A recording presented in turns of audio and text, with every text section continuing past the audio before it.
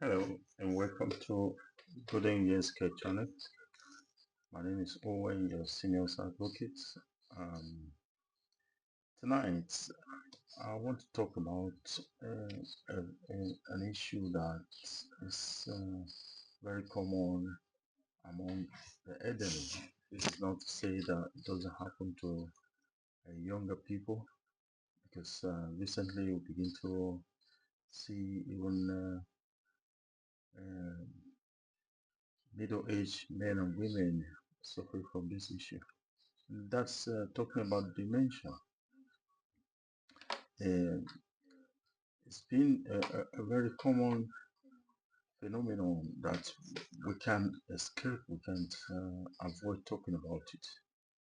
Uh, I'm reacting tonight to a documentary from the BBC some years ago that talked about, people had this issue and they saw it coming, the signs were there. They were able to see the signs and even recorded themselves the progress of the disease. So tonight, first of all, before we watch the video together, I want us to know a little bit more about dementia. Now, dementia explains the type, signs, and how to support loved ones who are going through this situation. Have you ever wondered what really happens when someone is diagnosed with dementia? What causes it? Who is at risk? And most importantly, how can we support our loved ones through it? And welcome back to the Golden Years Care channel, where we explore the most important topics in elder care and the well-being. As I said earlier, today we are breaking down everything you need to know about dementia, the symptoms, the types, who is affected, and how to manage life after a diagnosis. So dementia isn't just about memory loss. It's a broad term for a decline in mental ability that's severe enough to interfere with daily life. You know, it affects memory, judgments, communication, and even personality. It affects when brain cells are damaged. It happens when brain cells are damaged, and over time, those changes become more difficult to ignore. And what are the types of dementia? Because there are different types we come across. Depends on the situation. There are several types of dementia, each with its own symptoms and progression. The most common ones is the Alzheimer's disease, which causes the memory loss and confusion over time. Vascular dementia is another, which follows stroke or poor blood flow on the brain. Poor blood flow to the brain. Another is the Lewy Body Dementia. Involves hallucination, sleep problems, and sometimes Parkinson-like symptoms. And then there's another frontotemporal dementia, which often changes behavior and language before memory. Now, who is most likely to get dementia? Um, According to research, most people affected are over 65, but early onset dementia can happen as early as 40s or 50s. And women are more likely to be diagnosed than men, and the risk increases with age, genetics, lifestyle, and health issues like high blood pressure or diabetes. Um, Another question that people ask often is dementia curable or is it reversible? See, right now, there's no cure for dementia. For some conditions that look like dementia, like vitamin B12 deficiency or thyroid issues, can be reversed. Treatment focus on managing symptoms and slowing down progression, especially when diagnosed early. So early diagnosis is very important. Now, what are the signs to watch out for? Here are some early warning signs to keep an eye on. Memory loss that disrupts daily life, difficulty in planning or solving problems, confusion with time or place, mood changes or withdrawal from loved ones, misplacing things and forgetting how to retrace steps. Now, these are some of the early signs and we need to watch out for. Also, how do we manage dementia? The good news is, with the right care, people living with dementia can still enjoy quality of life. Medications may ease symptoms. Physical activity and brain exercise can also help slow down decline. Supportive routines, family surroundings, and compassionate care make all the differences. And don't forget about the caregivers. They need support too, from respite breaks to emotional check-ins. Now, how do we prepare for this disease? If your loved ones has been diagnosed, it's better to start planning early. You set up legal and financial documents, make the home safe and dementia friendly. We've talked here about some of the things that we need to make available in the home earlier. If you watch our previous videos, we build a care team, doctors, therapists, and support groups. Above all, stay present, patient, and loving. Your loved ones need care at this delicate time of their life. Now, what is the end result of dementia? Dementia is a progressive condition. In later stages, people may lose the ability to recognize loved ones, speak clearly, or care for themselves. But with understanding, dignity, and support, they can still feel valued, loved. They still feel valued and loved, right up to the very end. The presence of your loved ones is very important. That's why in this video we want to work together. The documentary of some of the signs that those people involved they started seeing, and they prepared. Some of them even documented their situation as it progressed.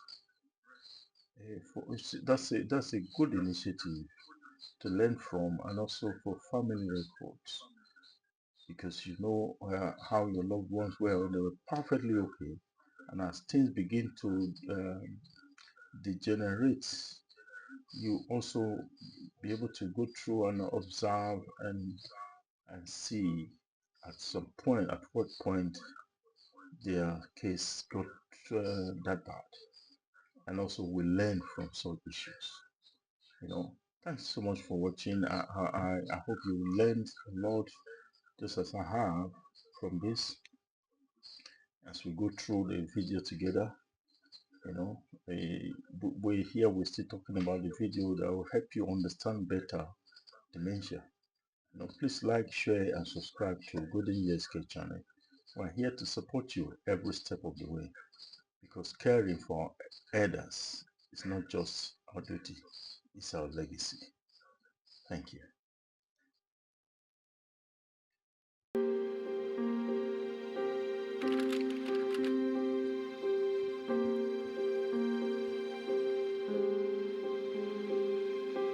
I used to be renowned for having a really good memory. I could remember anything from months ago, people's names, but suddenly I'd be sat in a meeting and halfway through a sentence I'd forget the most silly of words, and that was when something hit me that it wasn't quite right. This is where I had my first experience of what dementia can do to your brain. The time I came out of my office and didn't have a clue where I was. And I didn't know who all the voices belonged to that I could hear. I was just lost. I stood here and just froze for a second. I decided to walk away and down the corridor, hoping that no one would come out and say hello or notice that there was something wrong. But I thought if I walked down the corridor, then I would be able to hide away for a few minutes or however long it would take for the fog to clear. And so I went through the end door and into the washroom, because that was the only door. There was a locked door.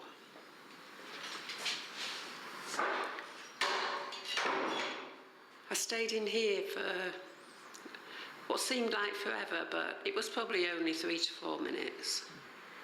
And after that time, it's suddenly like the fog's clearing, the mist has lifted. It makes your heart thump, let's put it like that.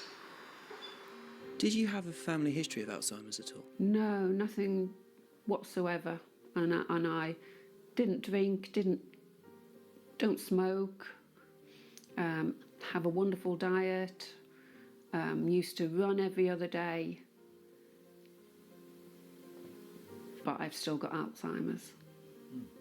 We all have our different ways of coping. I've got this thing on my fridge door, put on it each day what I'm supposed to be doing or where I am. I've also got photos everywhere. Here's my daughters with me. Photos always make you feel happy. And we have the ubiquitous pill box. This one's the morning pill box. That's why it's down here next to the kettle.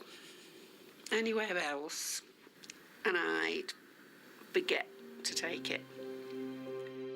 When they actually diagnosed me, in a bizarre sort of way, it was actually quite a relief, because it put an end to all the ifs and buts and maybes. It brings a conclusion, an end, if you like, to the not knowing, and a start to the building a new life. For those of us living with dementia, our memories are our most valued possessions. So here in this room, I have pictures on the wall, pictures of people, of family and friends. So when I forget where all these places are, or the names of the people on the pictures, when I stand here and look at them, all I feel is one of happiness. Because when we lose our memories, it doesn't mean we lose emotions that we feel inside.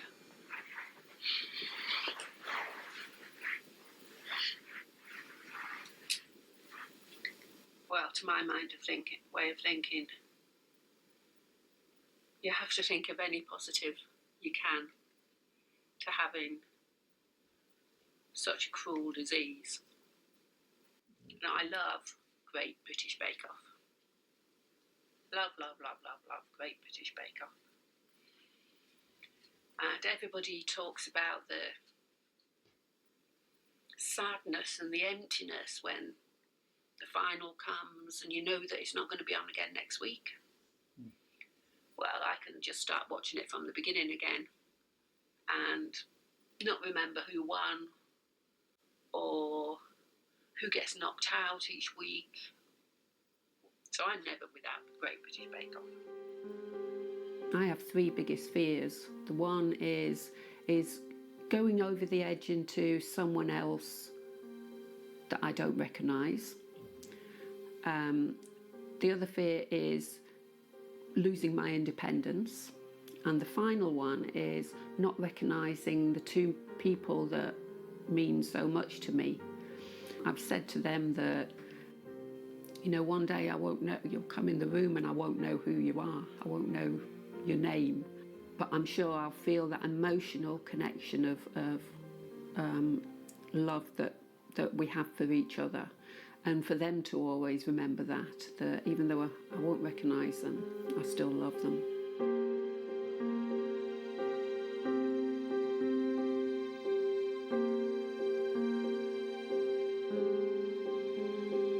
58 years of age, and until 4 years ago I was a head teacher of a large primary school in Canterbury. I'd been a teacher for well over 30 years, all in primary schools. 4 years ago I was diagnosed with Alzheimer's disease.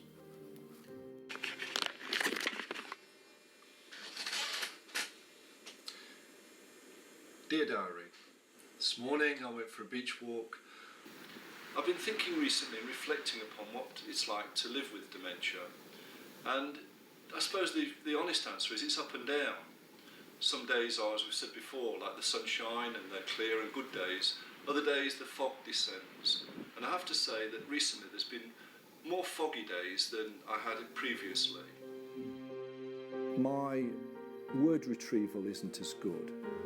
People say to me, well, sometimes we would hardly know you've got dementia, and that's true. On good days I cope very, very well. On other days I'm less good, but they're the days I tend to withdraw into myself so that people from outside don't see me. Is it frustrating? Extremely frustrating. It is extremely frustrating, and it makes me angry as well. It makes me angry that I'm not better able to deal with it. It's Sunday morning now. I'm just going to talk to you about my early morning ritual in the bathroom. It's not as bad as it sounds. For some time I've struggled to remember whether I've cleaned my teeth, shaved, combed my hair in the morning when I get up. So what I now do is I put everything out of the box, use it, and as I've used it, place it back in the box again. So when I've cleaned my teeth, the toothbrush goes back in. When I've shaved, all the shaving stuff goes back in. It's developing little strategies like that that allow me to live independently and to live well. I will now not remember often what people have said to me and what I've said to them, but I will remember the conversation, how it made me feel, and how that person made me feel. And that is quite different from previously. How much of this conversation do you think you remember, Keith? Very little. Very little, in all honesty. Will you remember how it made you feel? Yes.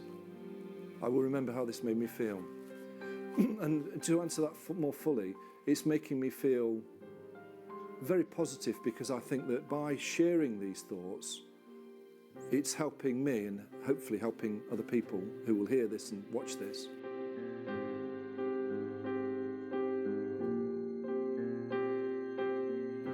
I want to just keep on going. I'm not going to stop. But at some point they might say that there's a hits you on there. That's when you've got to decide what you're going to do. Yes, so you have to cope. You have to cope, yes. Yeah. Breakfast, and Christopher put the honeycomb on his toast and then looked at me just now and said, you were a bit confused, you said, didn't you? Yeah. A bit confused. So, in the end, decided to put the butter on top of the honey, and of course it doesn't matter. You learn these things, it's of no consequence.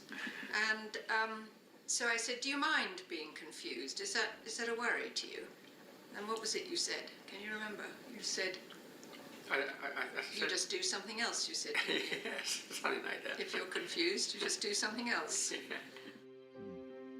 I mean, basically, you've done lots of things, but in the middle of your working career, you made boats for 10 years. Yes.